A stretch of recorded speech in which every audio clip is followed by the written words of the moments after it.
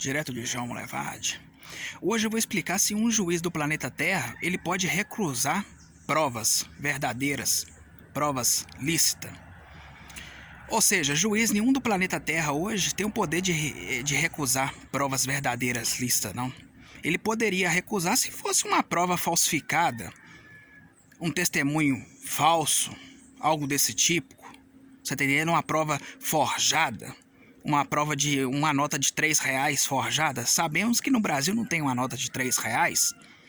Você tá entendendo? Ele poderia, ou seja, anular tais situações. Mas uma prova que veio à tona, e sendo uma provas verdadeiras, autêntica, ele não pode recusar no processo em si, não. Eu vou te falar com você que tem muitas pessoas que tá chegando no fórum aí e o juiz está recusando as provas verdadeiras, provas ilícitas, com a alegação de que aquelas provas foi adquirida de uma forma ilícita. De maneira alguma, bacana, ele pode recusar tais provas, não, bacana, verdadeiras, provas lícitas, não. Vou te dar um exemplo aqui, eu acho que o Sérgio Moro mandou interceptar até o advogado do Lula. Você tá entendendo? Aí chegou à conclusão ali de que Sérgio Moro não poderia fazer isso pelos meios legais da lei. Mas o crime veio à tona, ficou exposto. Ou seja, o juiz pode recusar aquela prova? Não, de maneira alguma. Se ele tiver ele que pune num contexto geral. Ou seja, ele pune o criminoso em si que teve as provas expostas. E se porventura, segundo o terceiro que adquiriu ela de formas ilícitas, que ele pune ela. Vou dar um outro exemplo aqui. Suponhamos que tem muitas crianças desaparecidas. Suponhamos que uma dessas crianças aí, se não me engano, acho que tem muitas crianças desaparecidas aí. Suponhamos que dentro dessas crianças aí que foi desaparecida, segundo o terceiro, pegou ela e matou e gravou, que tem muitas pessoas que gostam de gravar o crime em si para poder guardar de recordação. Aí suponhamos que essa pessoa gravou o ato do crime. Suponhamos que passou 2 anos, 3 anos, 4 anos que as crianças estavam desaparecidas e os telefones foi hackeado.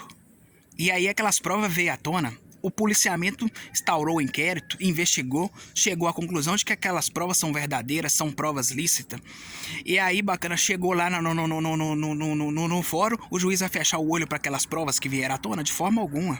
Se ele fechar o olho para aquelas provas ali, ele tá dando suporte ao crime. Ele é tão criminoso quanto o criminoso que cometeu o crime em si, se o juiz fechar o olho. Então, ou seja, juiz nenhum da face da terra tem poder para isso. Você tá entendendo? Então, ou seja, ele pune no contexto geral. Ele pune o criminoso em si que cometeu o crime com aquelas crianças. Talvez nas provas ele descobriu até o lugar que foi enterrado as crianças. Vou dar um exemplo. E aí, se ele tiver de punir o hack também que hackeou o sistema, que ele pune a pessoa que hackeou o sistema.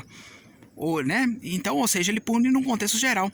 Suponhamos que um empresário de grande porte aí, milionário, bilionário, ele teve um de seus filhos morto aí no dia a dia aí, também na mão de criminoso, sequestrado. Aí suponhamos que ele paga o policiamento, mas que o filho chegou à conclusão que foi morto. Aí suponhamos que ele paga um policiamento aí, ou então uns membros do exército, para poder levar o criminoso em si no fórum, mas não quer que mata eles.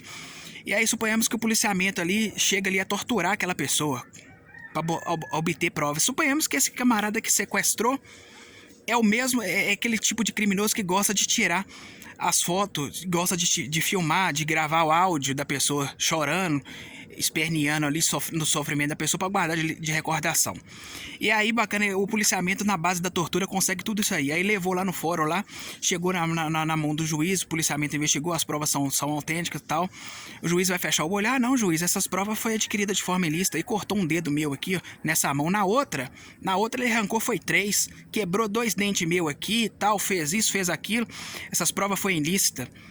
O senhor não pode aceitar essas provas, não. O juiz vai fechar o olho diante desse crime, sendo que a prova é verdadeira, as provas são autênticas. De forma alguma o juiz fecha o olho para isso, não.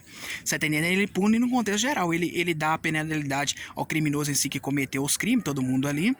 Se for chegar à conclusão que o empresário que pagou tinha ciência disso, ele também comete o crime, que não se deve fazer justiça com as próprias mãos, você tá entendendo? Suponhamos que o policiamento que torturou, fez alguma coisa ali, ele pune o policiamento em si e vai dando a punição no contexto geral, você tá entendendo? Então juiz nenhum da face da terra tem o poder de recusar a prova do crime que veio à tona, não, você tá entendendo? Juiz de primeira instância não tem poder para isso, juiz de segunda instância não tem poder para isso, o Supremo Tribunal que na terceira instância não tem poder para isso, a ONU não tem poder para isso, a ONU não tem poder para isso. Outros fóruns internacionais que dá suporte aí em proferir julgamentos de outros países aí, de processos de outros países também, não tem poder para isso.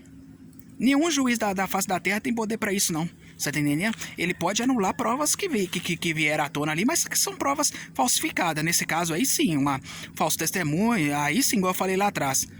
Mas provas que vieram à tona, bacana, não pode recusar nunca. Outra coisa também que eu estive vendo também, tem alguns juízes que recusa provas desse ou daquele processo. Suponhamos que o processo saiu de primeira instância, foi para segunda, de segunda foi para terceira, tá lá na terceira instância, mas cá atrás apareceu algumas provas novas. Toda e qualquer prova referente àquele crime em si que o juiz está proferindo no julgamento, ela deve ser colocada num contexto ali bacana, porque ela pertence àquele quebra-cabeça. Você já viu o quebra-cabeça quando você monta? Toda pecinha pertence àquele quebra-cabeça, então, ou seja, ela deve ser incluída. Ó, o juiz de terceira instância, espera aí um período aí, porque apareceu umas provas lá. Vamos incluir aqui, porque essas provas são fundamental. Vai mudar, vai trazer mais clareza para vocês, pode mudar o rumo da situação aqui. Vamos incluir essas provas aqui. Tem que incluir. Se o caso tiver passado por um processo da ONU lá, ou seja, tem que incluir as provas. Toda e qualquer prova, o juiz que não inclui prova daquele crime em si ali, que provas que faz parte daquele quebra-cabeça criminoso ali, daquele processo em si, ele é tão criminoso quanto o criminoso que cometeu o crime. Então é isso que eu queria falar pra vocês aí. Juiz nenhum pode recusar prova, não. Que eu tive tô vendo muito aí a alegação de recusar provas com a desculpa de que aquelas provas foi adquirida de formas ilegais. Não tem esse trem não, tá? Não tem essa situação não. É criminoso, o juiz que fazer isso é criminoso. Então é isso que eu queria falar nesse vídeo de hoje aí, né? Essa situação aí é interessante, né? O Sérgio Moro ali, bacana, o juiz ele condena conforme as provas, né? A impacibilidade do Sérgio Moro, eu tô achando que ela tá sendo discutida porque eu acho que ele está falando com a alegação, a impacibilidade dele, que ele avançou o sinal para adquirir provas. Mas as provas são lícitas, as provas são verdadeiras. E grampeou até o advogado, se não me engano. Juiz nenhum tem costume de fazer isso, não. Você tá entendendo? Então é por isso que tá discutindo esse negócio de impacibilidade dele. Então é isso mesmo que eu queria falar.